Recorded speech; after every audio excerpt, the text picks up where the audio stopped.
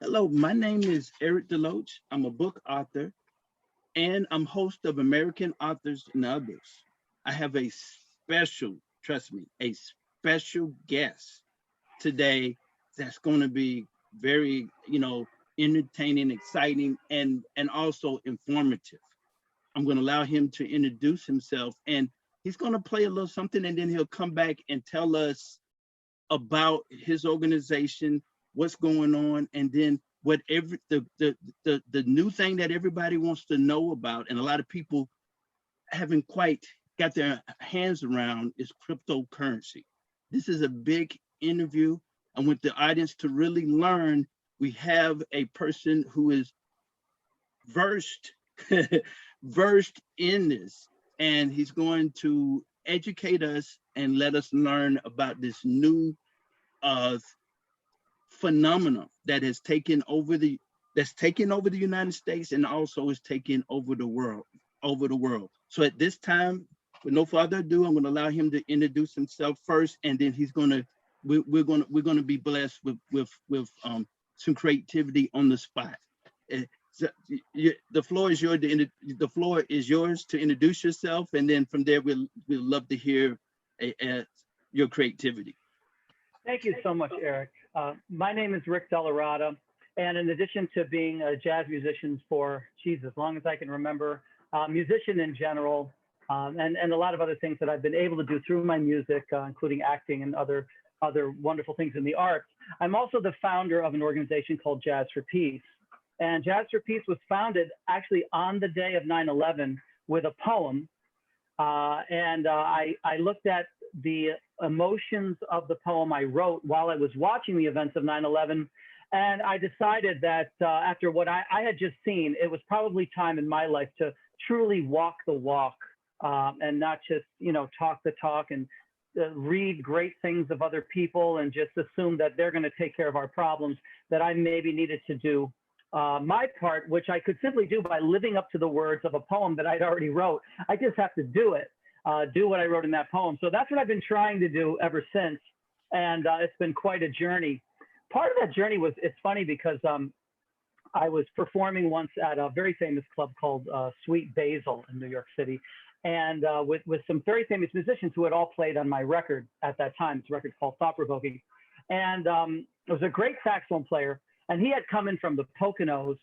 He used to play with Miles Davis and a lot of people, great as a leader, actually. And I'm sure anyone in jazz would know him. His name was David Liebman.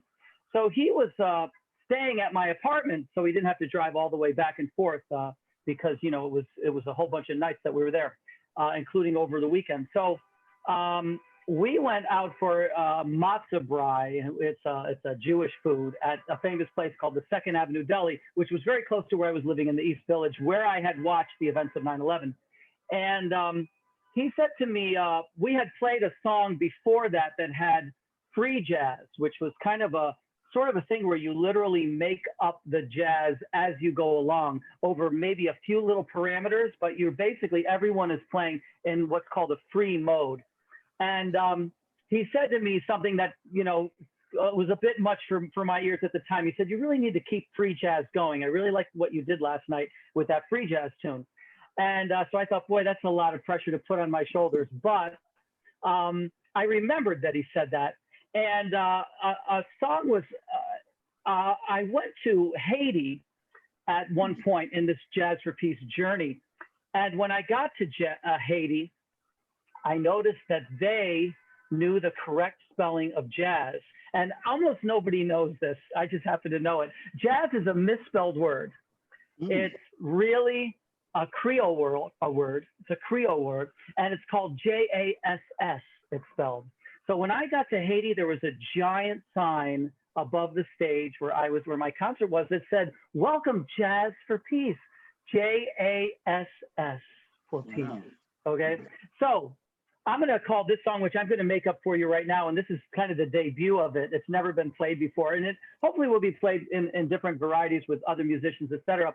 But it's kind of a compliment to his idea that maybe I should try to keep free jazz going. I'm sure there's more people than me that can keep it going, and I'm hopefully all of them will do their part as well. I'm going to do my part right now by calling the name of this song free jazz, but I'm going to take off the ZZ since it was really an SS anyway. So now it's free jazz or free JA.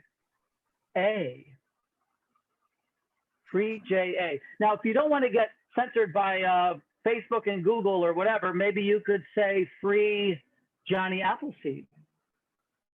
We'll go with that. I'll let you decide what JA, I'll let you decide what JA stands for. And that's what it's called, free jazz, but without the SS, which it should be, or the ZZ, which is what we call it. And this is the debut, which I don't even know what it's going to sound like yet. So we'll soon find out. Amazing.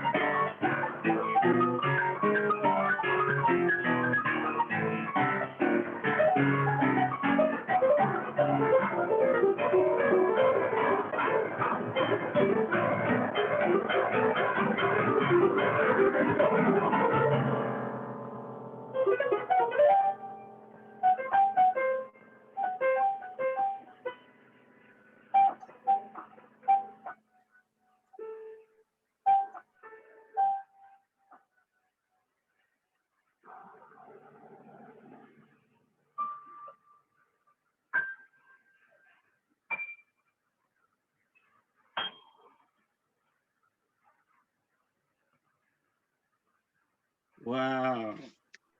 Amazing. I mean, it's so great. I just want to tell the audience that we were, blessed and lucky to experience that, and him expressing himself on the spot. This free jazz, this new from traditional, as he was saying, JASS, but JAZZ, as we all know. So that's fascinating.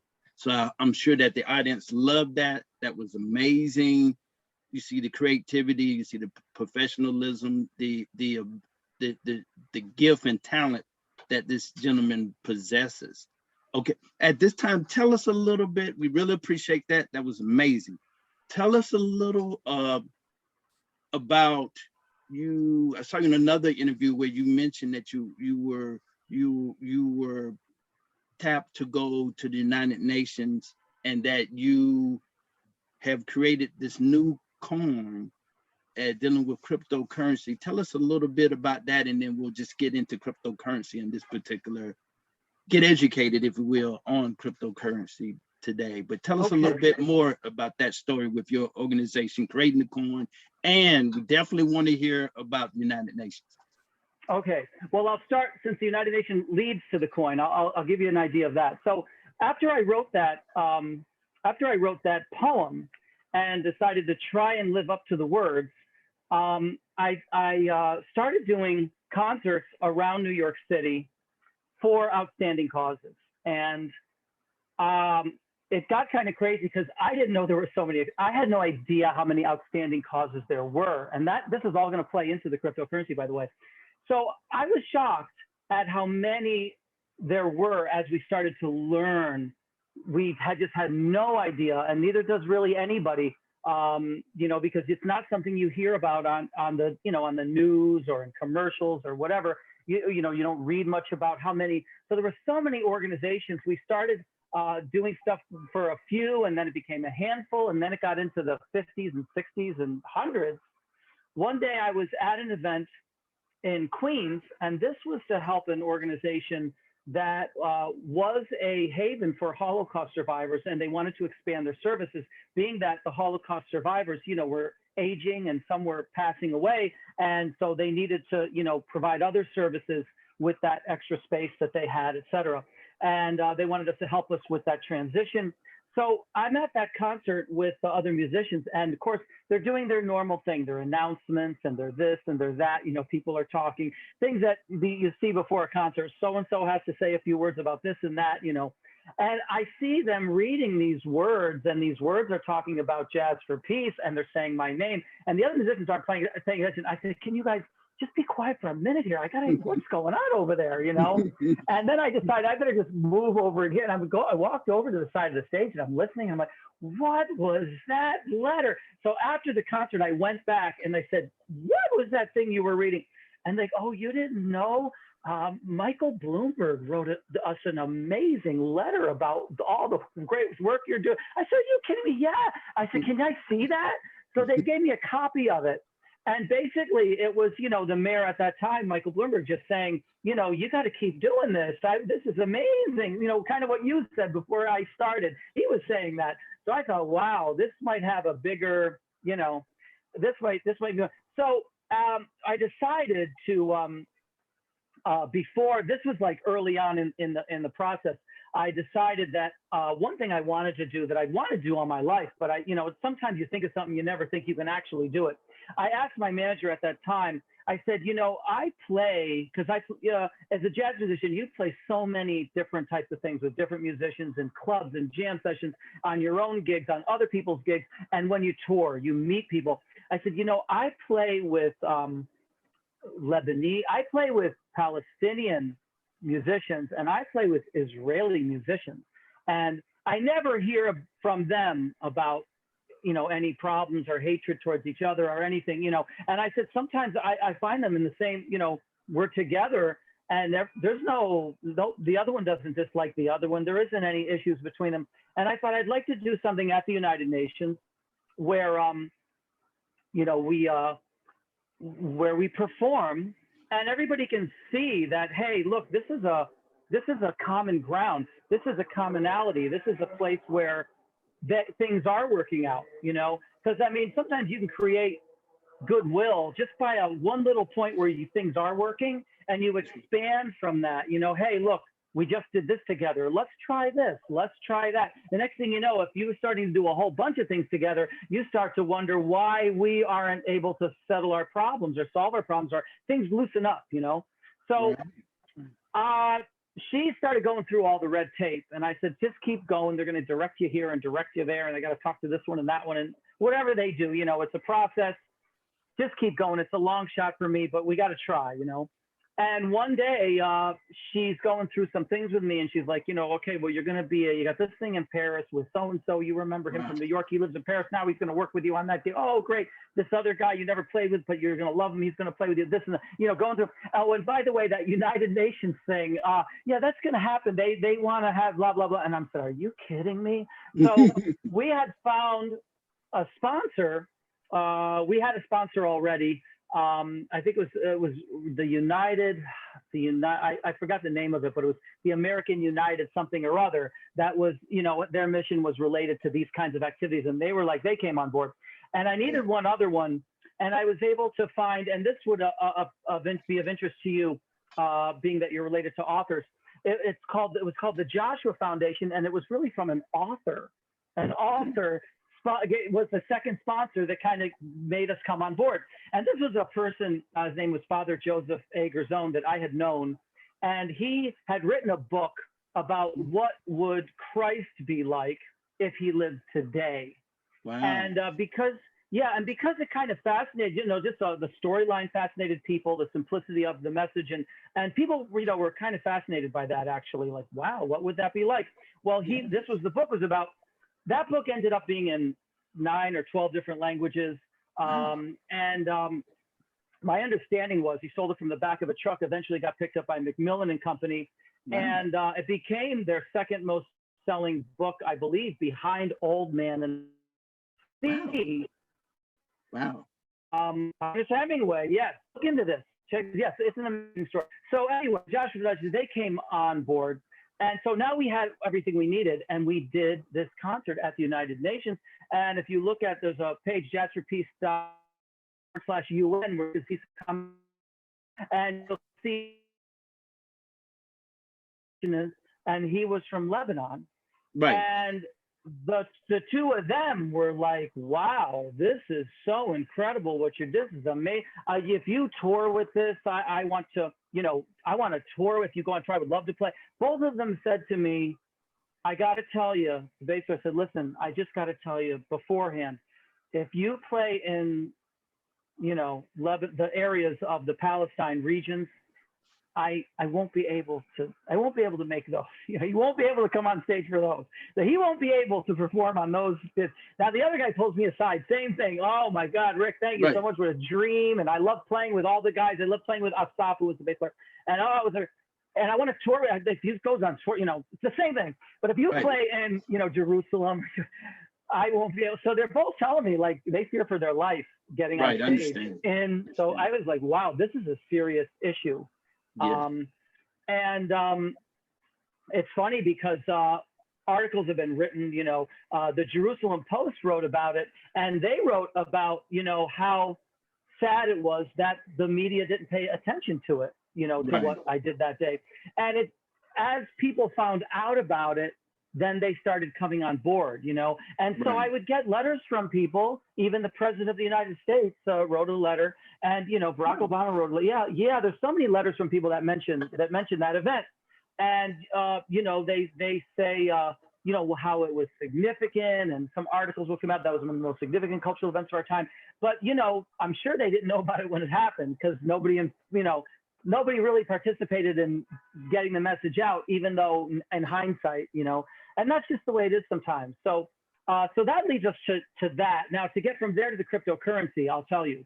So at this point now, we've had the United Nations behind our backs, with that event, which was starting to resonate. People were starting to find out that I did that and how great they thought it was, what a wonderful thing it was to unite these cultures and unite these people in a positive way, using this great American art form, et cetera. And I said, this is not a New York City mission.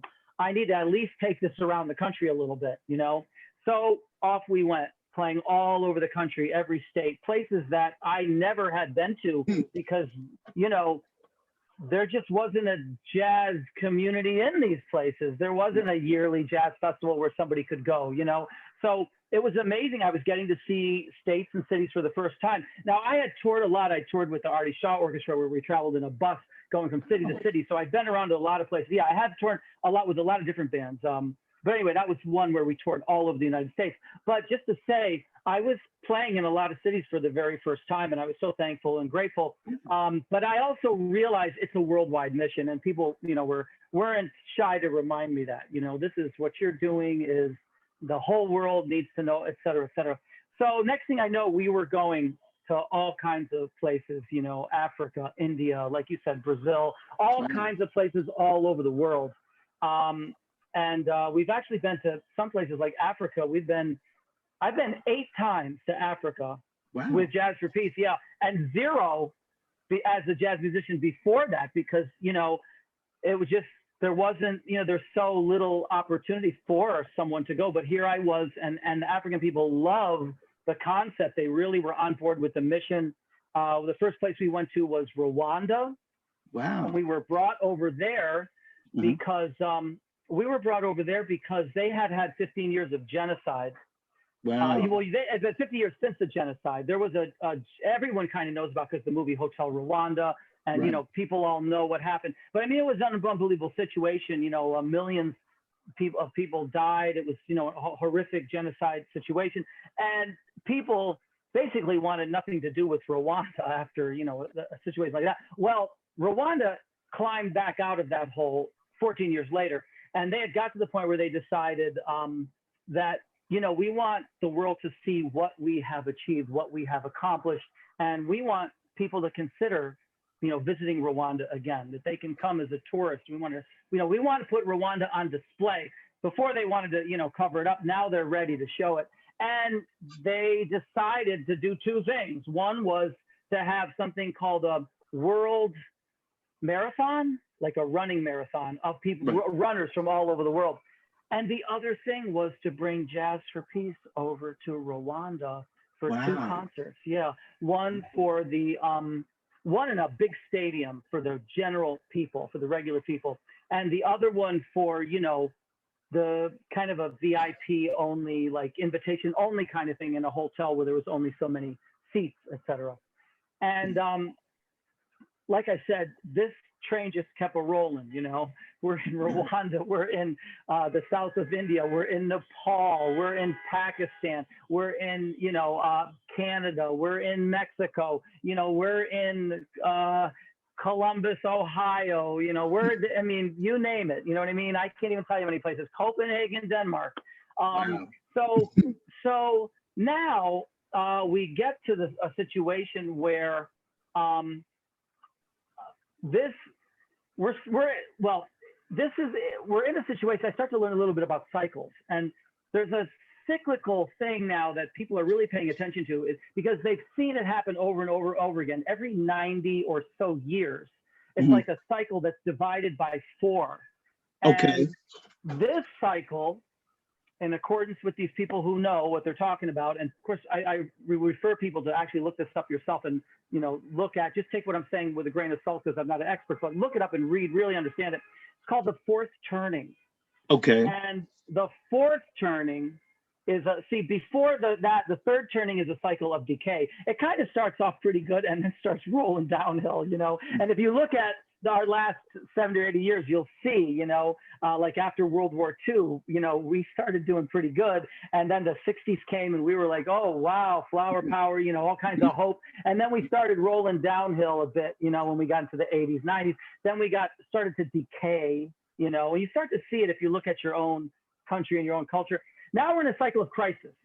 Okay. We've got the coronavirus pandemic, as you know. There's been a worldwide thing. It's a cycle where it might not necessarily be war per se with tanks and guns, but it looks as if there was a war. And I know are you in New York City based, or wherever you're based, you would know. Where are you now? Okay, well, I'm in Georgia. I lived in New York 16 years. Okay. From 2000 to 2016. Then I came back to help family out in Georgia. What part of Georgia? So I'm in Athens, Georgia. Beautiful. It's a university town. It's about 125,000 people here. Complete opposite of New York City. Right. That's right. But I miss New York City. I miss New York City. But can you tie in that? So various things are happening. Yes. And maybe some other videos will get to some other stuff. But where did the coin come in? The coin comes in. Yeah. Let me try to get to that point, because I know we can go forever. But let me just try to get to that. So what happens now? You're getting the picture. We are making a worldwide name. Jazz for Peace is becoming a worldwide name in philanthropy. You see what I'm saying? Yes. So people are knowing about us all over the world. Okay. Now in comes this bizarre match. The match is cryptocurrency, right? Wow, the golden word. When before, the golden word, because as you know, and as we all know, before cryptocurrency, there was only currency that worked in one. You went for business, had to change you might need to back up just a little bit or whatever, just a little bit, so I can hear you better, I think. I say you might need just to back up just a little bit. Something's going on with the mic, just a little bit, but just repeat. Yeah. When saw that the in connection. I saw it's unstable. So let me repeat that. So, yeah. By the way, just quickly, because you're in Georgia, the Jazz for Peace poem was first read in Savannah, Georgia. Wow. How far is that from Athens? About 3-4 hours? That's about a 4-hour drive. I had an uncle that used to live there. It is a beautiful international city. Real pretty. I was headlining at the Savannah Jazz Festival literally 2 weeks after 9/11.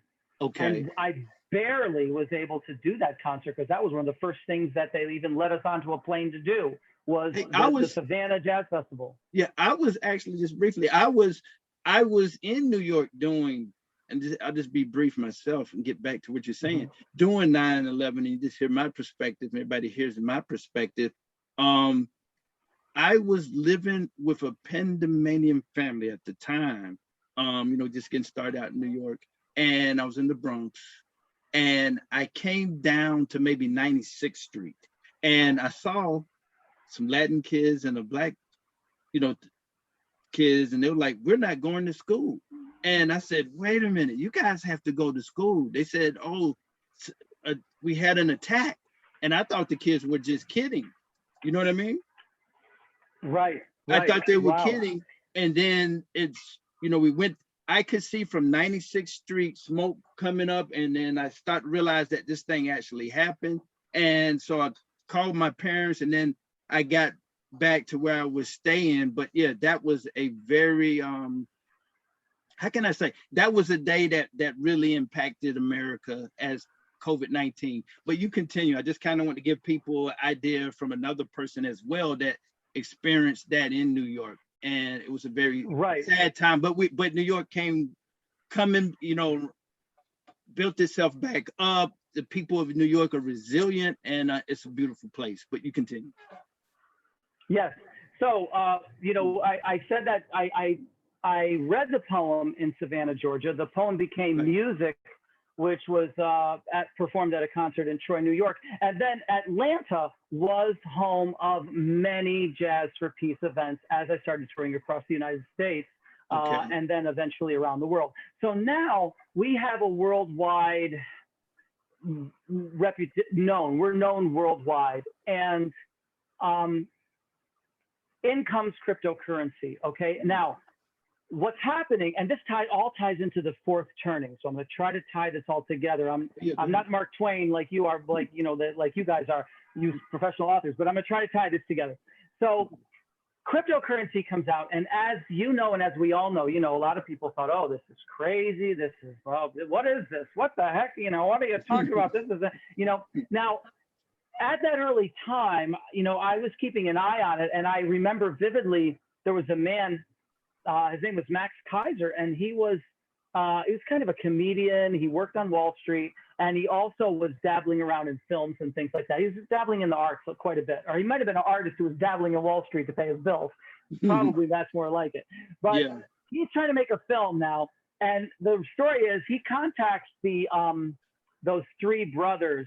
The Baldwin brothers, okay? Right. Alec Baldwin that everybody knows, right? He's got two other brothers. I think he has three brothers. There's like four of them. They're all in acting. So he gets three of them. He offers them 10,000 Bitcoin to act in a short film that he was doing, just a couple of days of filming.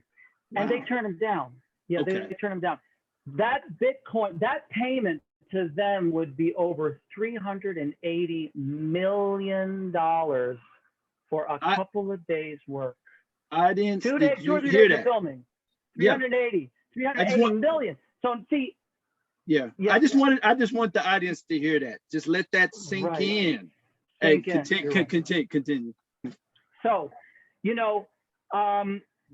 now there are not only that, but there are dozens and dozens of these stories now that have built up to where we are now. Okay. And see what happens in the fourth turning, based on my observations, is because at the end of the fourth turning comes a rebirth of the cycle where we get out of this mess, actually.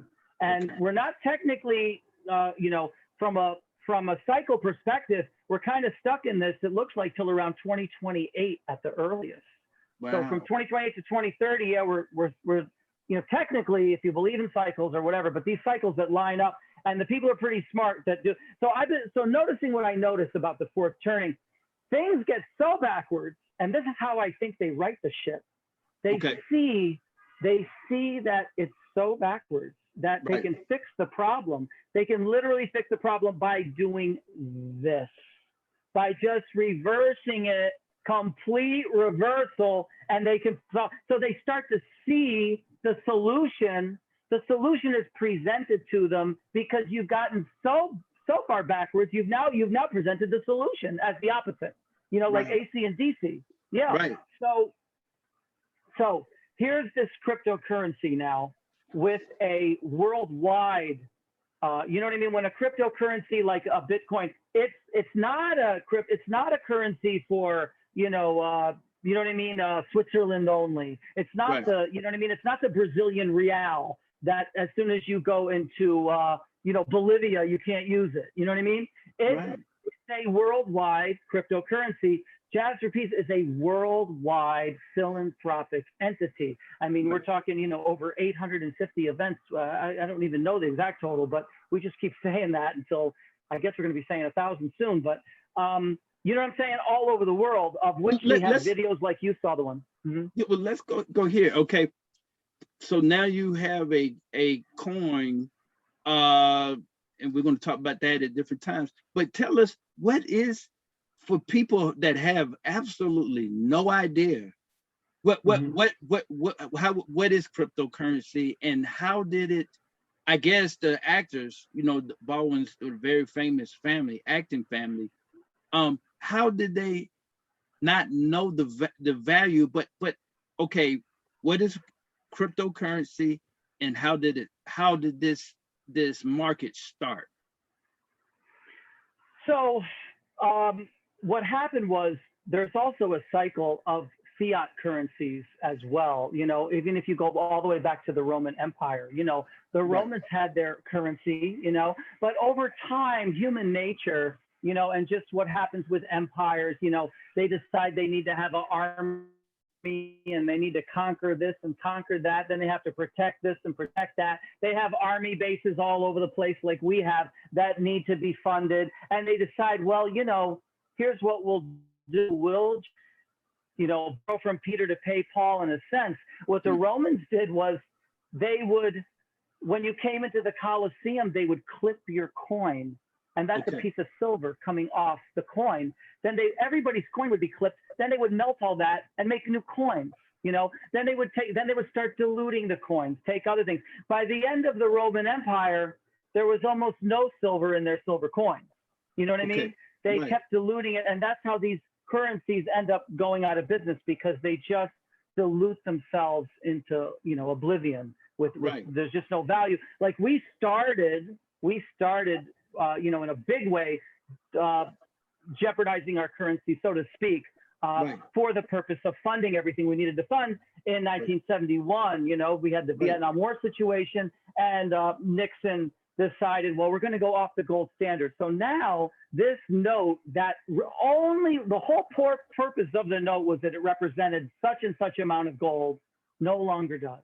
But You now, see what I mean? which was there a country that was it a group of people from the United States, or from a group of people from Germany, who actually created this new currency, cryptocurrency? Who started the thing? Well, okay, so that's the thing now.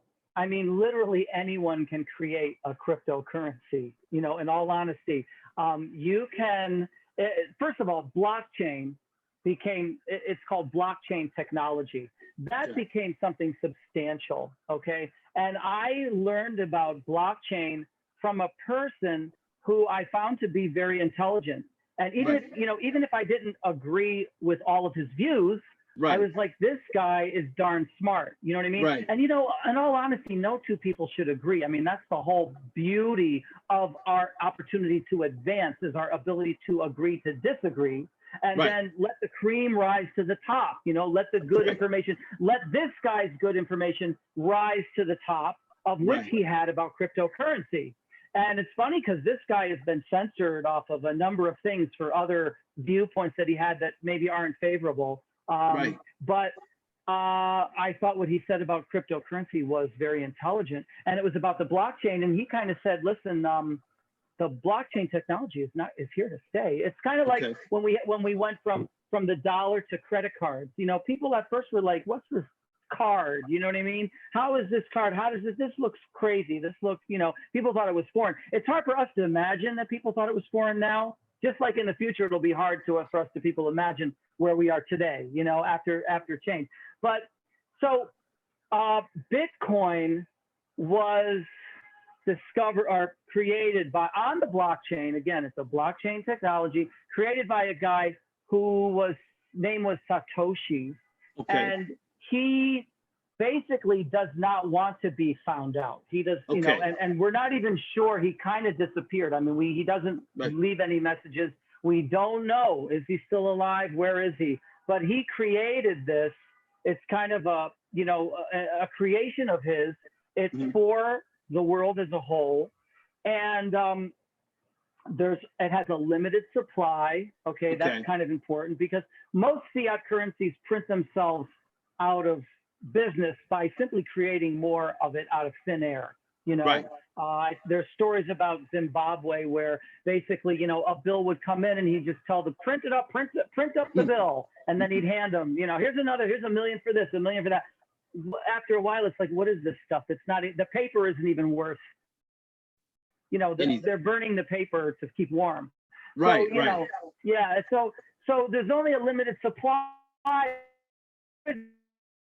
to see, wow, you know, not only that, but there was another one called Ethereum that was starting to take off, which you've probably heard of. I've heard of And that one some too. of them, you know, had certain value, had quality, had certain qualities, had certain value. Bitcoin has value, somewhat of a store of value, is what maybe one of its strong points. Mhm. But Ethereum is built on the blockchain, and one of its strong points is the way that it can interact with other people and organizations. And Okay. so we partnered with Ethereum. Yeah, so Jasper Peace partnered with Ethereum to make this token. Right. But now, when you get to the Jasper Peace coin, things really get interesting because you already had Ethereum, you already had Bitcoin, and you already had, you know, some of these other ones that were, you know, that were made and of generating people's interests. Okay. No one had ever created a philanthropic currency. Okay. Okay. Okay. Philanthropic currency. And we saw the opportunity, Right. probably because of this fourth turning that we're in, where Okay. we see, okay, so if you Right. look at where we're at now, okay, Right. we've been in basically a trickle down economy. That you hear, Right. everyone knows the word trickle down because they hear it. Right. Whether you watch Fox News or CNBC or NBC, you hear the word trickle down all the time. Yep, Right. it goes here and then it trickle downs, and hopefully you're going to get some wherever you are on that little trickle tree, you know? Right. Right. Let's hope Right. so. Yeah. Right. But here's what happens. The rich get richer, the poor get poorer, and the people down the line, and it just keeps going, stretching to the point now where that rubber band can't, you know, it's about to snap. I mean, Right. it's just, you know what I mean? Right. And who's at the bottom of that chain? Well, unfortunately, people that want to do good things That's are at true. the bottom of the trickle down. Why are they at the bottom? Because if you want to do something good, the first thing you have to do is go out and raise the funds to do it. Right. Now, you might be looking for those funds. It's only 365 days in a year. You might be looking for those funds for 362 of those days. That's now, right. how much time do you have to do the good things you're doing? You got 3 days. Good luck. Right. So you're gonna. And I You just see what want I'm to say saying? this. I see what you said. Let me just say this. I think I think that you're saying this at some point, a block currency, early 2000 or whatever the case may be, you're kind of familiar with that, came about. This this mysterious individual created some type of currency, and it seems like 2009, huh? closer to 2009, 2009, 2009, 2009, I 2009, believe. Yeah. 2009, and this currency seems like it. If you just tell me, if educate me, let me know. I'm just using intuition here. That they wanted to create something that would have value itself, that people around the world could use. It wouldn't be just the American True. dollar. It wouldn't be the German. And you have gold, and let's say if you're in America, you got the American dollar, and now you have this world currency. Europe and different places, India, different places can use this currency to get services or products. And based, if everybody gets involved, it will, it's kind of like the stock market a little bit, and in its own right. And what I would just say, this something that got me. I saw your thing, your interview, but I also have heard different people and different content creators saying that, man, I made $2,000. Man, I made $5,000. Oh yeah, I'm involved with it. Oh, I made 10,000. I made 20,000. So people are making money with the new currency that's going on, this cryptocurrency. And some of them are little kids. Yeah, and it's going to get bigger and bigger.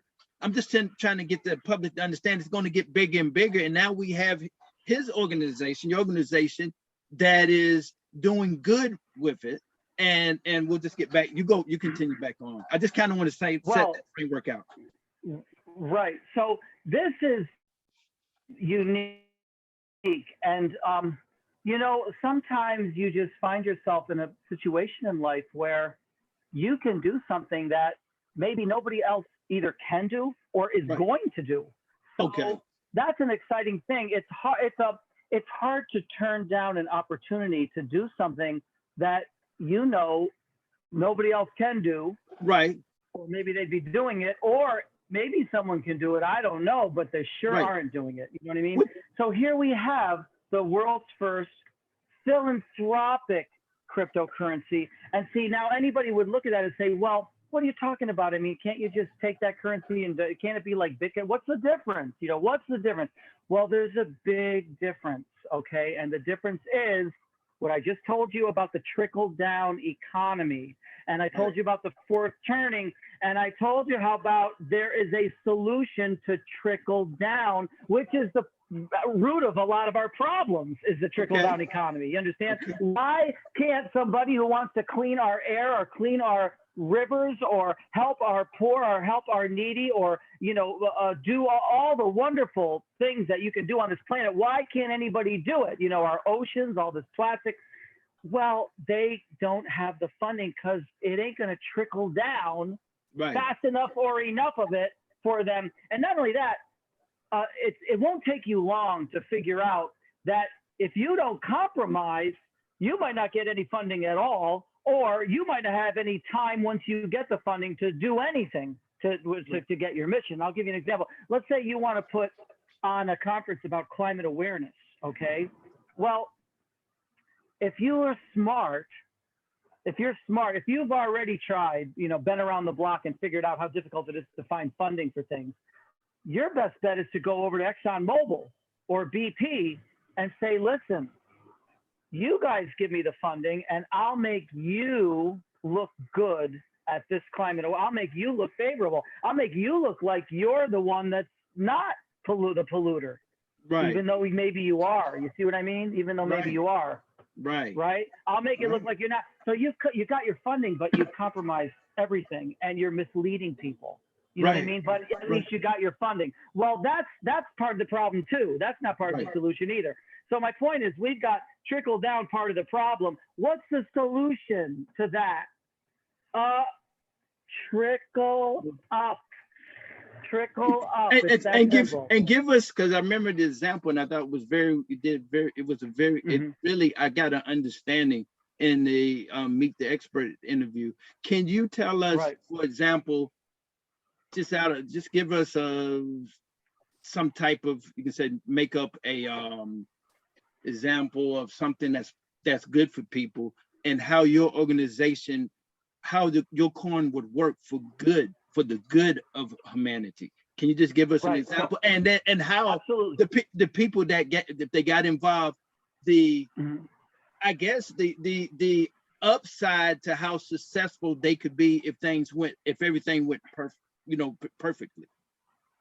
Right. So, here's the thing. I mean, we're used to, for 20 years, Jazzerpeace has been answering question after question of what about this? What about that? So we already know, someone's going to ask, and it's a legitimate question. Well, then, couldn't some bad guy come up to you and get your currency and then go do bad things? You know what I mean?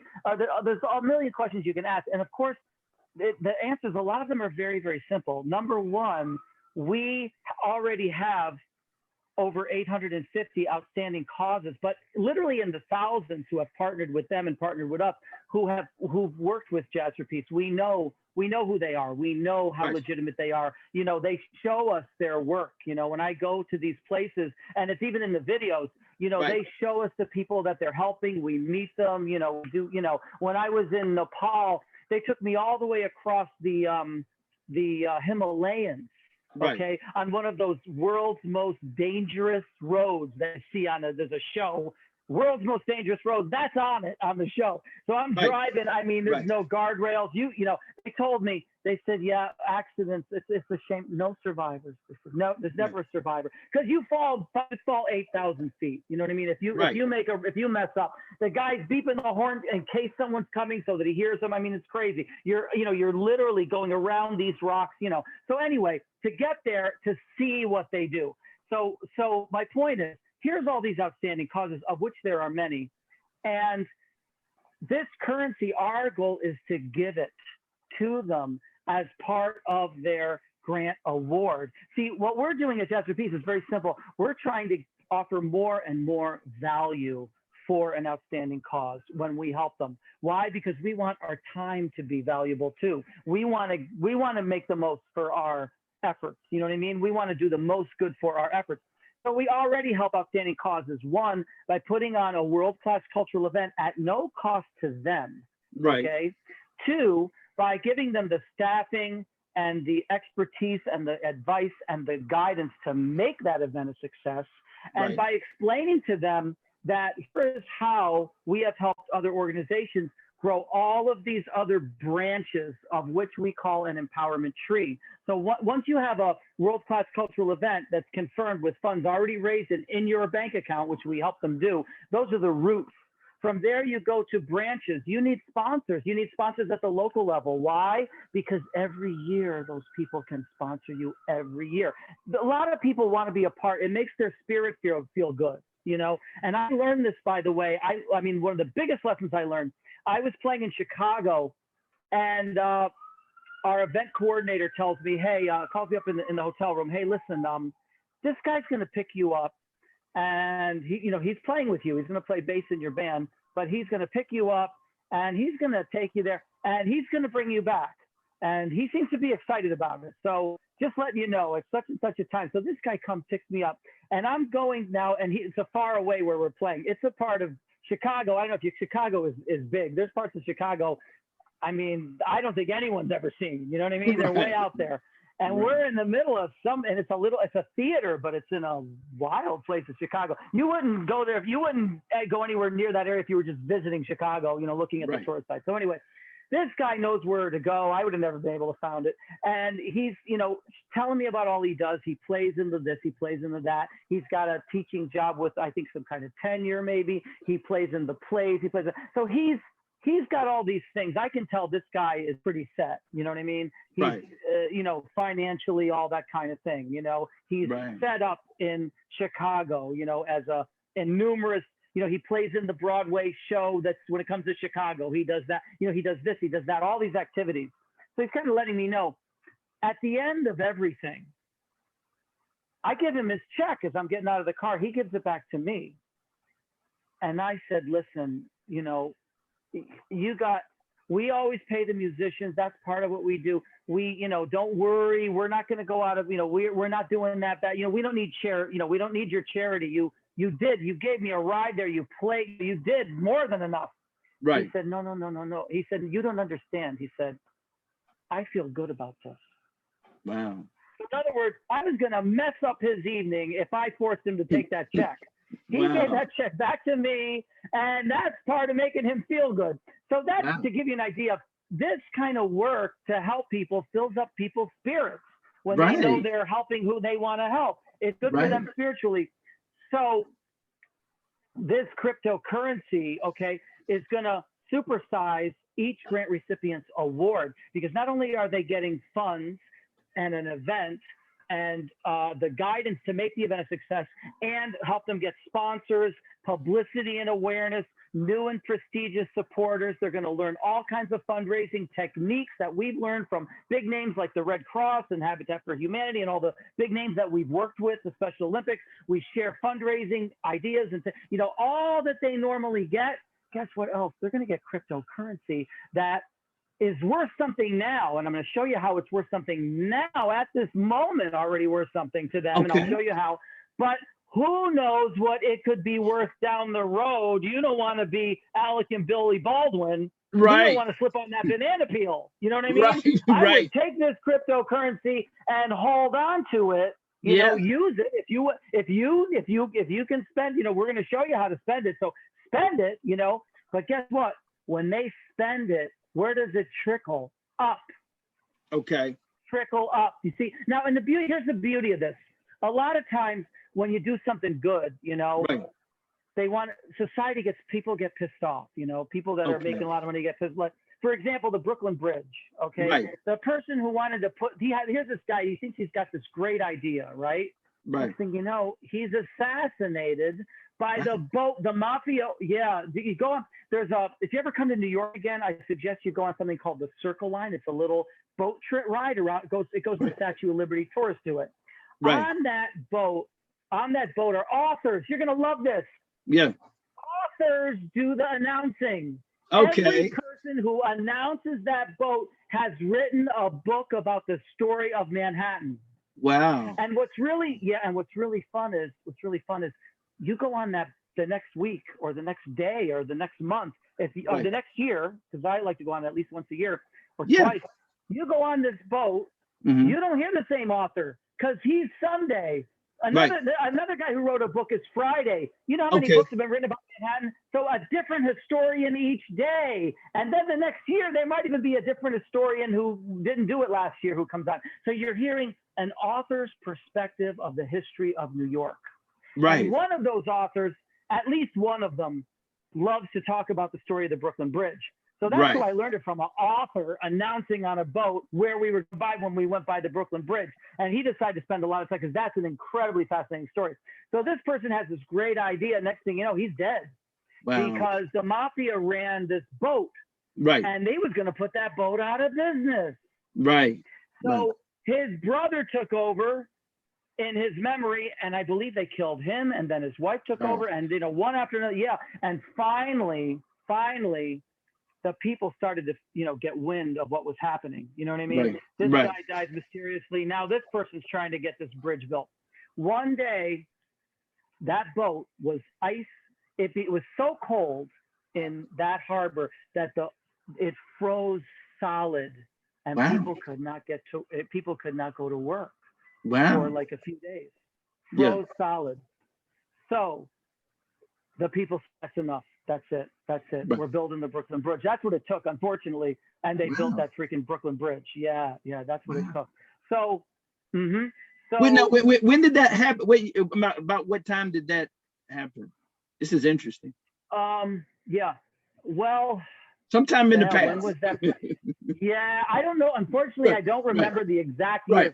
But this is a good 20 years Yeah. leading up to when they built that bridge. I mean, a good 20 years. I don't know how Right. many, but I'm just telling Right. you, for years and years and years, they had that idea to build that bridge, and they couldn't get it built because of all these people that were in Right. getting money from that Yeah. boat Hey, ride. hey, you good at what you're doing. You're going to get a lot of people just coming visiting New York just for that. That was very interesting. We've had people visiting New York that come up to see, they want to see Jazz for Peace, and they walk Right. around here and look at all these posters that you see in the background. They think it's a tourist destination. Maybe Right. someday it will. But what I wanted to say with that story is you don't have to mess up the system we have Right. for jazz, for this trickle up, because Right. what we're doing is, see, the thing is, these things need to be done anyway. You know, when you look at, first of all, let's take an Israeli and a Palestinian. Well, none of them want anything but good for their children. You know what I mean? Correct. So when we did a concert, let's say for SOS Village, Lebanon, I think, where we donated, not only the funds, but we donated instruments to those kids. There's nobody that had any problem with that. You know what I mean? So Right. these people want instruments. There's nobody to buy them, and the government doesn't want to use they're printing their money for everything else that they do. So Right. we're helping them advance when nobody else is, and we're not bothering anybody by doing it. You know what I mean? No one's, who doesn't want to see, our water cleaner, our Yes. air more breathable, all of these things that are outstanding cause. Who doesn't want to see this progress?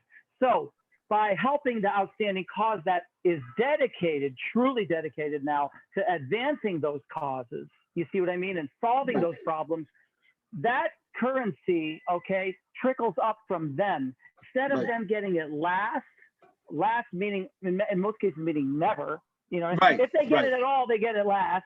Right. Mostly they never get it. Right. So instead of never or last, they're getting it first. Right. First, dead first. Right. So I think go ahead, continue. Go ahead. Oh, so now let's say we give the funds as part of this grant award. They're getting, in addition to everything we're doing now, they're also getting an award of this Jazz for Peace cryptocurrency. Okay. Now, how can they use it right this second? Well, I'll tell you. There are a zillion coins, okay, out there. I mean, if conceivably somebody who knows the block, some little kid, there's whiz kids, right? They understand a lot more about the internet than me and you combined, okay? And they mess around, they go on Etherscan and they look at this and they go on these places and they say, well, I'll mint my own coin. I'll mint my own coin. I'll call it, I'll name it after my puppy dog, I'll call it, Peachy Coin or something, and there it is, Peachy Coin, and so, that's when somebody says, well, what value is, and I'll give you these Peachy Coins. Well, I don't think so. You know what I mean? Right. Now I can see where somebody says, now you're going to get the Baldwin type of effect that those guys had back then, and many people had. I mean, there's a guy right now that his girlfriend threw out his computer where he had these 12 words that you need to unlock his Bitcoin. Well, the Bitcoin wasn't worth anything when the girl threw it out through the computer and the garbage. Okay. It ended up in a landfill. Now he wants to give the city $70 million to find that in a landfill. Wow. Yeah. And the city is like, okay, but you're not going to pay us and then we look. No, it's only if you find it. So even the city has turned him down because it's going to cost them a lot of money. And what if they don't find it? You see what I mean? Right, but if they find it, he gets those 12 words out of there and he's got $400 million. Wow. I think it's like 450 million this guy has in Bitcoin in this old computer. He just has to find it and then go in there and access that where the numbers, these 12 words that will unlock it. And you know what? He's tried, you only get 10 tries and then it's on forever. So he's used up 8. He's guessed wrong. He's guessed wrong 8 times. He's got 2 more guesses. So he needs to find this laptop or this $450 million is gone, but he can't get it because he knows it's in the landfill, but he doesn't know where. Right. So anyway, these are the stories. So now that's the good news, because a lot of people can say, well, I don't think I want to make that mistake. For what? What would be the reason?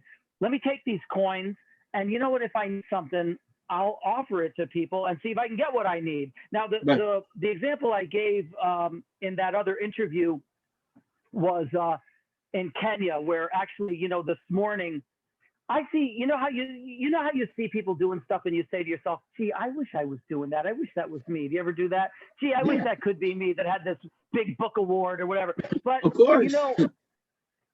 What I do, because I say that all the time myself, I could be doing this and I could be doing that, but I do, like this morning, I was helping an organization in Africa this morning. So that relates to this. And I had to tell this organization, look, you have to complete this step of the process in this way. Mm-hmm. Otherwise, Jazz for Peace can't help you.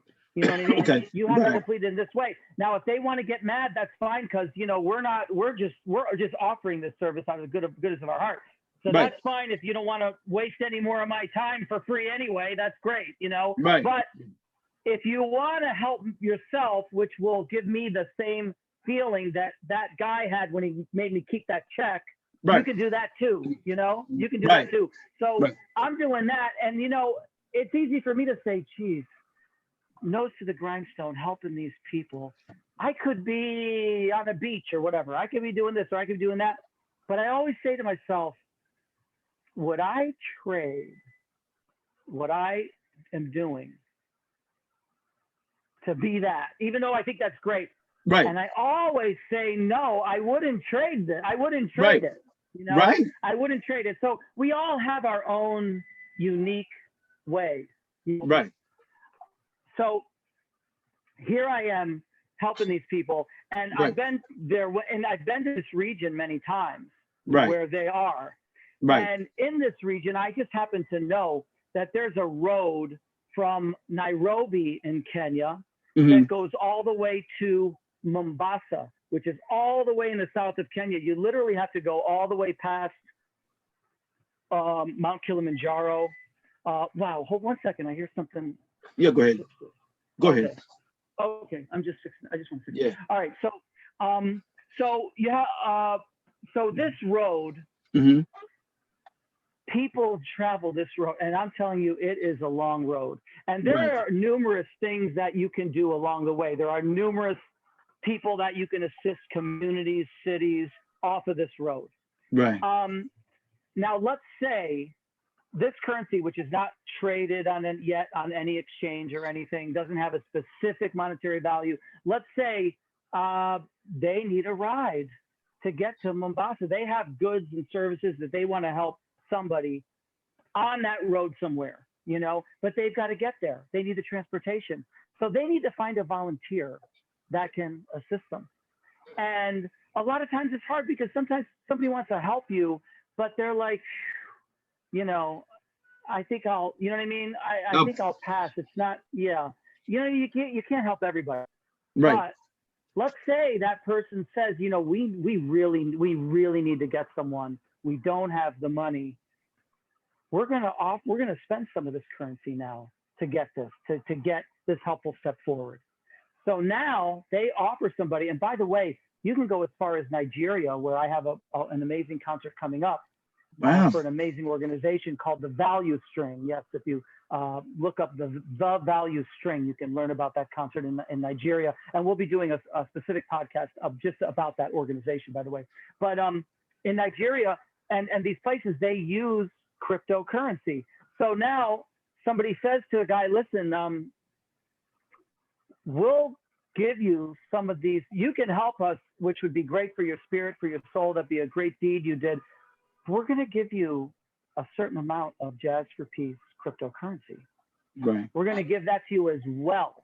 And the guy might say, well, geez, that cryptocurrency, who knows if that'll ever be worth anything? Well, now they show them that story that I just told you about Alec Baldwin and the thousands of other stories like that, right? They show them this guy that's trying to get his freaking hard drive out of a out of a landfill for $70 million he's Right. offering. You know, Wow. all these crazy stories, right? So that'll straighten the guy out on that, right? So Right. just these Right. stories will straighten that guy that, whoa, that could be worth it. Now let's say he says, because he might say, I've already heard of Jazz for Peace. I'll take it.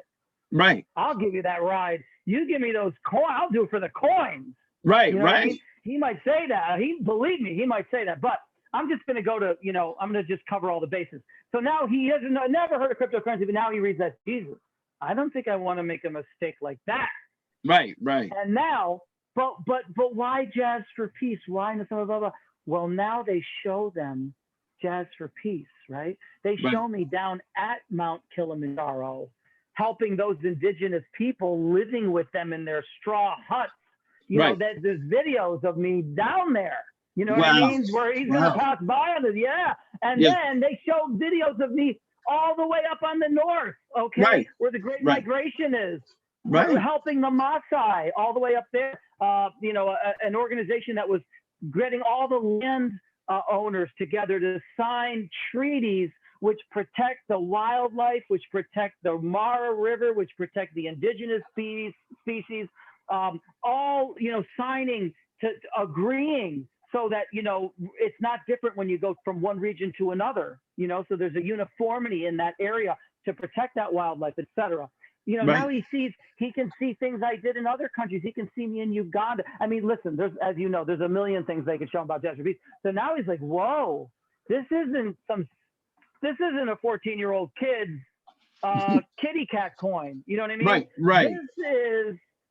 This is a philanthropic currency just for this service. It's just for they were giving it for free.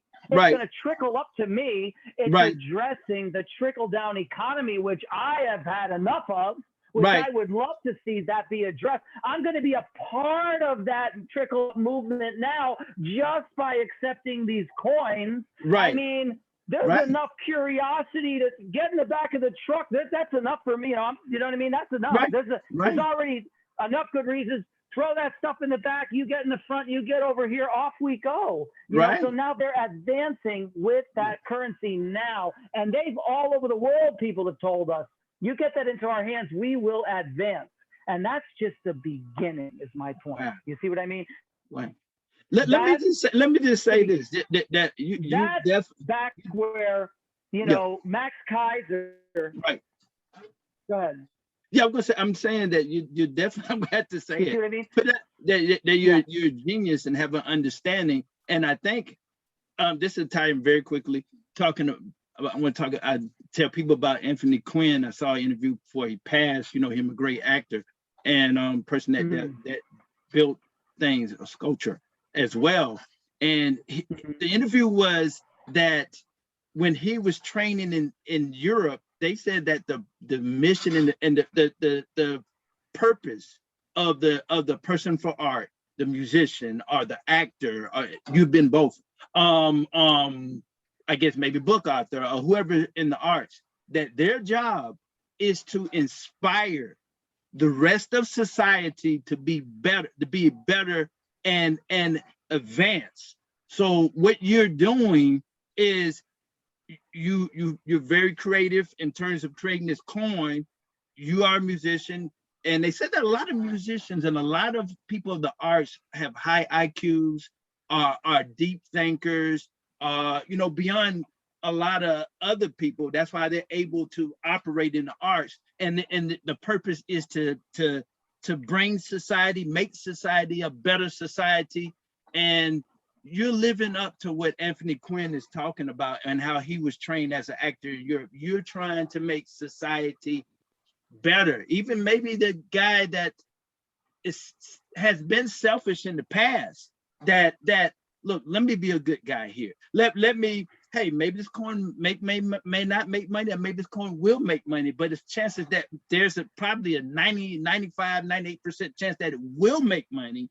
And they're giving back and they're doing good, and it's making society, even the person at the bottom to the person at the top, everybody's coming together to make different societies better, and it makes the world and humanity better. So you're doing great work.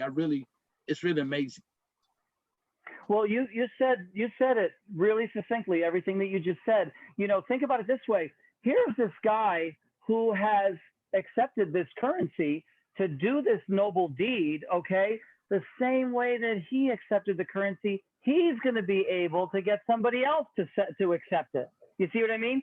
So he already knows he can get that into somebody else's hands. Worst case scenario, if he wants to get rid of it, or if he needs to get rid of it, if he's in a situation where he wants to help an outstanding cause, where he knows of an outstanding cause in need, and he says, I'm going to, you know what? I'll tell you what, I will send this currency to you as a donation, and you do what they just did. You offer somebody who can make that happen for you, this currency and the volunteer opportunity, and put that in combination and get up, because if he doesn't know how to do that, or he's not able to do the effort himself, which is, sometimes you need an expert to help, or someone knowledgeable about the task. You need certain types of volunteers can do certain things. So, so let's say some organization needs a he comes across someone, what you're doing is so amazing. You need a website, he doesn't know how to build it. I'll tell you what, I'm going to give you some of this currency as a donation, and you just offer it to somebody who builds websites and see if you can get them to get you a website up so you can get started with that. See how it's advancing underground. It's not even above ground, and it's advancing. People are advancing every day.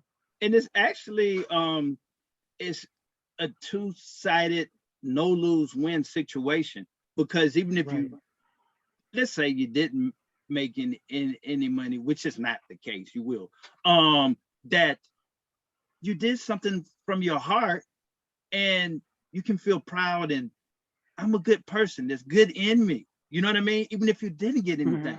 But the chances are more so, I'm going to say probably 90 to 95% chance that I'm a Christian, don't let me, but let me just say that let's say the universe, if you're a Christian, God did it.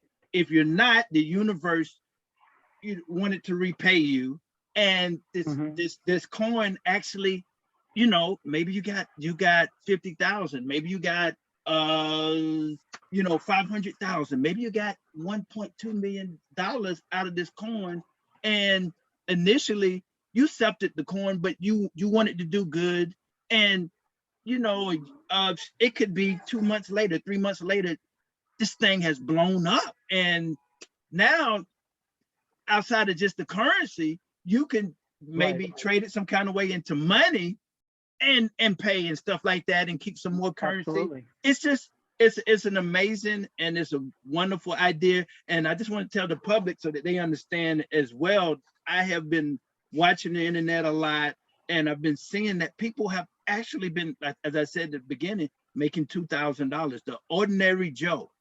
$2,000, $4,000 trading in these currencies and new currencies. And so money can be made. Money is being made in other places.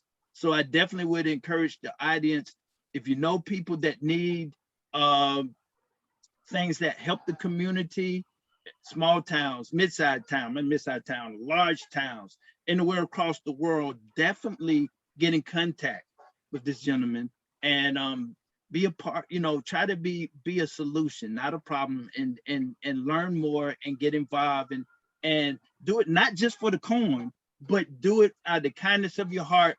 But maybe you get luck up and you get a Jazz for the Peace coin, and great things can happen. But I'm gonna leave it back to the gentleman here. He's really challenging everybody to be the best version of themselves. Go ahead. I'm going to be honest with you. We already have people that want to list the Jazz for Peace coin on their exchange, okay? But what we want to do is get it into the hands of as many of these outstanding causes before it gets listed on the exchange. This way, those people, the value of the coin will continuously be rising as it's trickling up. You see what I mean? So that instead of trickling up something the way it is now, where they're getting all kinds of goods and services and advancing and all that, now who knows what they could do once it becomes increases in value, like some of these other coins have and will. after it's listed and, you know, given a value by people. Because like I said, there's a very big difference from, you know, this coin that's tied to all of the things that Jazzerpiece has done. And most people who look at Jazzerpiece, you know, will agree that we vastly exceeded the things we've set out to do, you know. And for me, Jazzerpiece was kind of the first thing I was ever at the very beginning of. So that's why we've overachieved at each step. Many things that I've been involved in were kind of at the tail end, you know. I mean, right now, we're at the tail end of so many things that are dying because of this decay of the fourth turning, where there are so many things, you know, so many things in society are dying. So many small businesses are dying. So many, you know, things in the environment. So many species are going extinct. You know, so many, things are drying up, etc. But Jazzerpiece is at the beginning, so we're vastly overachieving at each step. And so like I said, you know, right now, I'm happy with the way just people can get this coin now, but we want to make sure that a lot of outstanding causes have already received the coin before it is traded, you know, on in that way.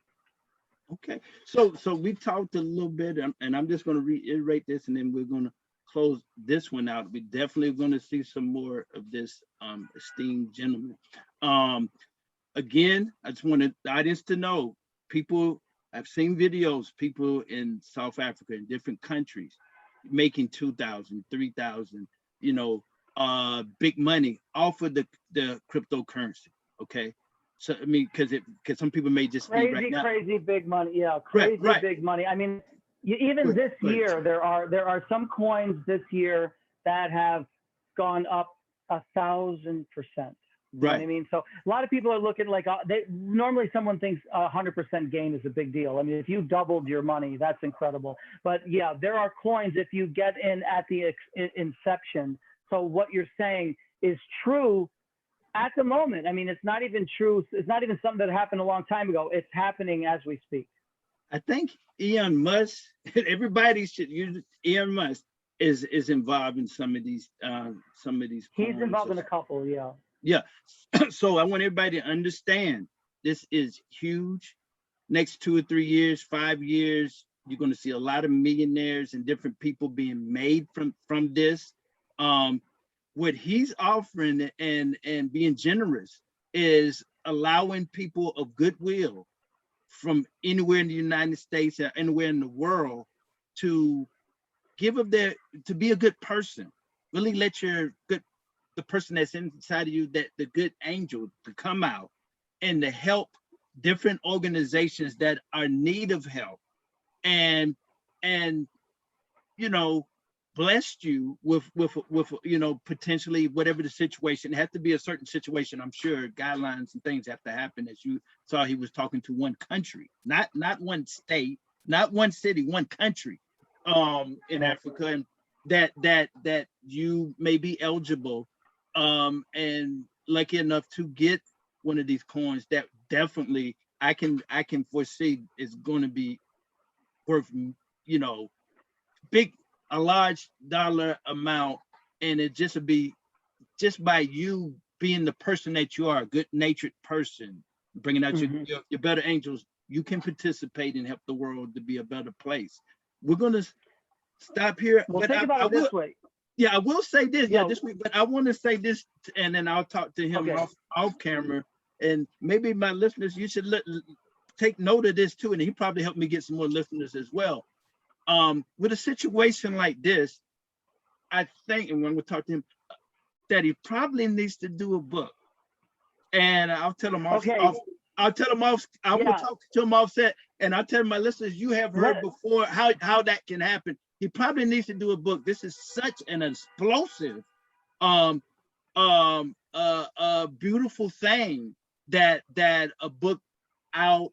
Who knows? Now here I go. That may turn into a film. That may turn into.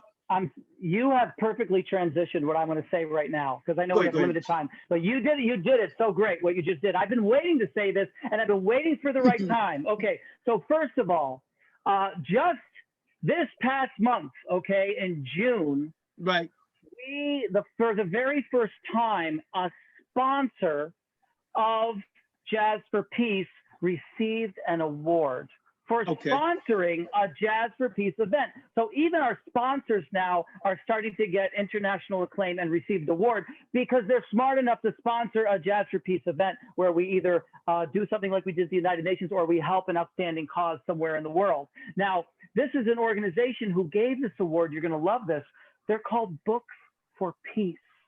Books for Peace. And they're going to love what you're doing because we introduce people to each other. Now, what Books for Peace does, which we love, is they are collecting people. Now, I don't know if you're familiar with something called Alcoholics Anonymous, but they have something for families. It's called Al-Anon, okay? And if you're a family member of someone who is an alcoholic and you go to an Al-Anon meeting, literally you don't even need to speak. You look at the other people and all of you instantly share this understanding of having to have, you know, an alcoholic father, mother, sibling, whatever.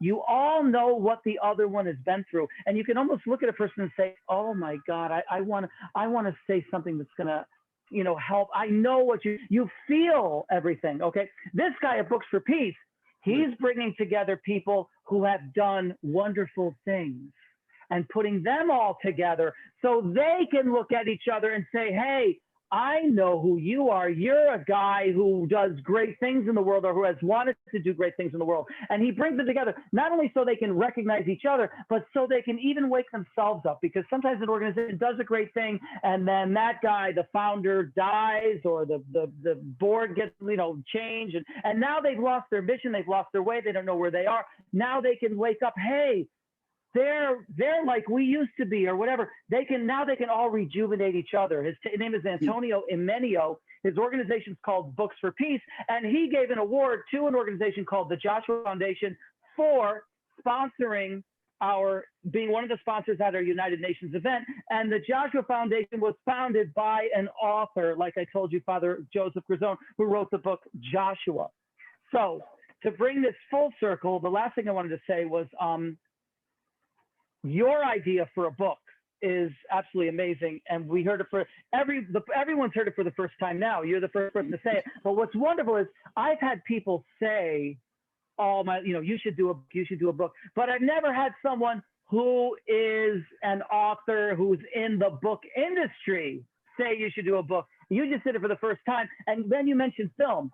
For the first time, we've had people all of our lives, this should be a movie. This is an incredible, everything you said, but just from a regular person. Well, a few months ago, we had a person say that who was an award-winning filmmaker. And he's got tons of films under his belt, and he specializes in films that are uplifting, bring out something in us, like you said, that good in us, that they're just the kind of films that are inspiring, profoundly, positively inspiring stories. And he said, coming from him now, I want to make this a movie. I want to make Jazz for Peace a movie. So this is Hussein Martin Fazeli, and it's from Fazeli Films. It's his film company. And now, of course, we don't know now, is that going to be a film or not? He's dedicated to it, but, you have to get from there. But now we're at a different point. Before we were at just people telling us, now we're at a filmmaker telling us. So now we're at a different level, and now we have to get from there to here still. But just like now, we have a real book person telling us this needs to be a book. That brings us up to here. We still need to go to here, but I agree 100% with what you just said. I'll just say this, and then I'll just leave it to whatever contact information and last thing you want to say in this particular video, and then because I know that you have things to do. You're a very busy individual. Number one, a book. We'll talk about it off the set. Number two, two films. One film is a documentary type film.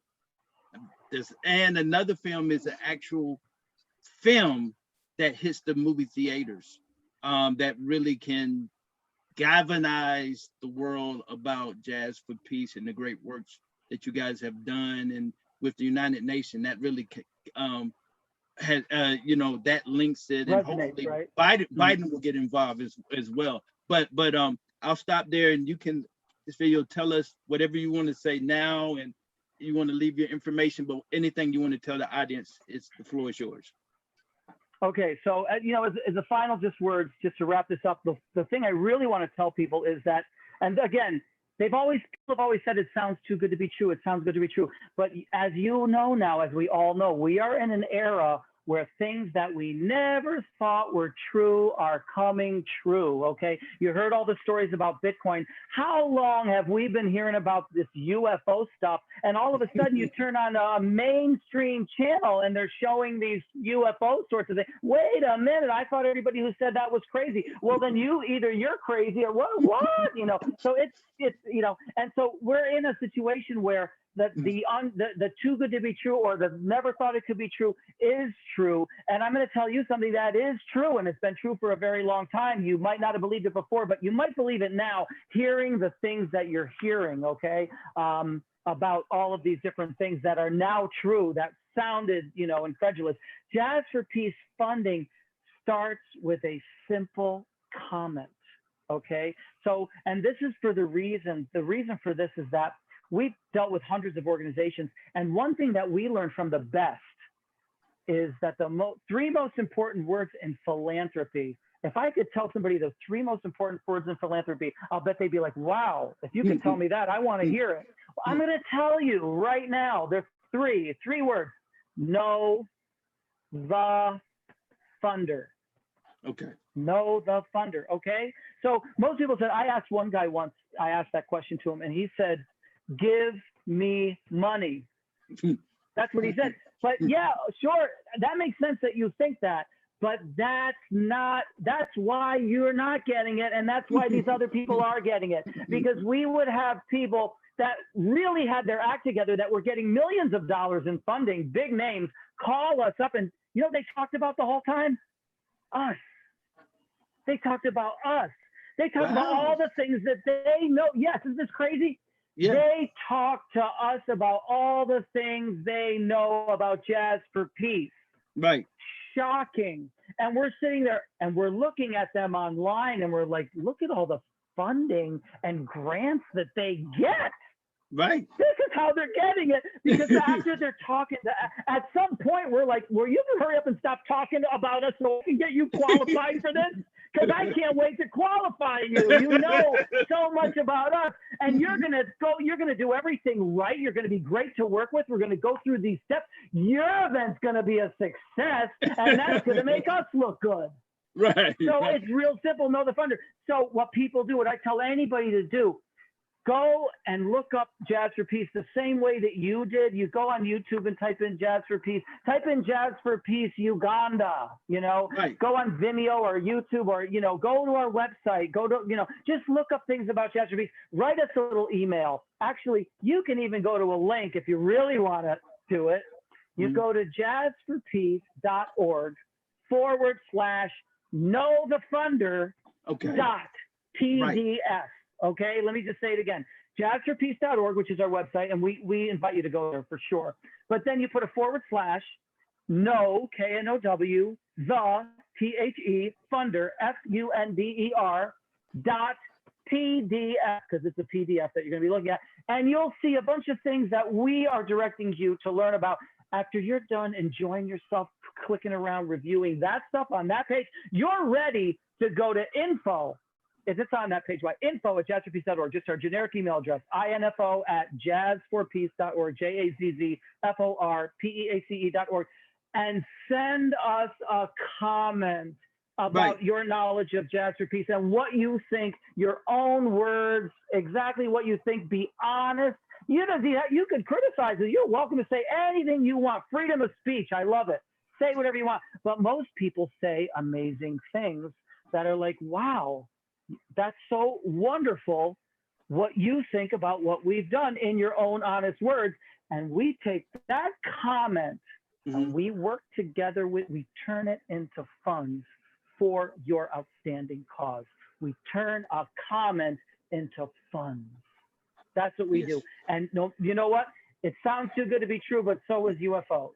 So try and now we have, I think, ex-President Obama admitting that there have been things that while he was president that they couldn't explain, and that would fall, I guess, in the category of UFOs. So anything's possible. This currency, this cryptocurrency, is people are making money all over the world with this. Right. These guys. And Jasper Peace has been doing what we do for 20 years. So that's the thing.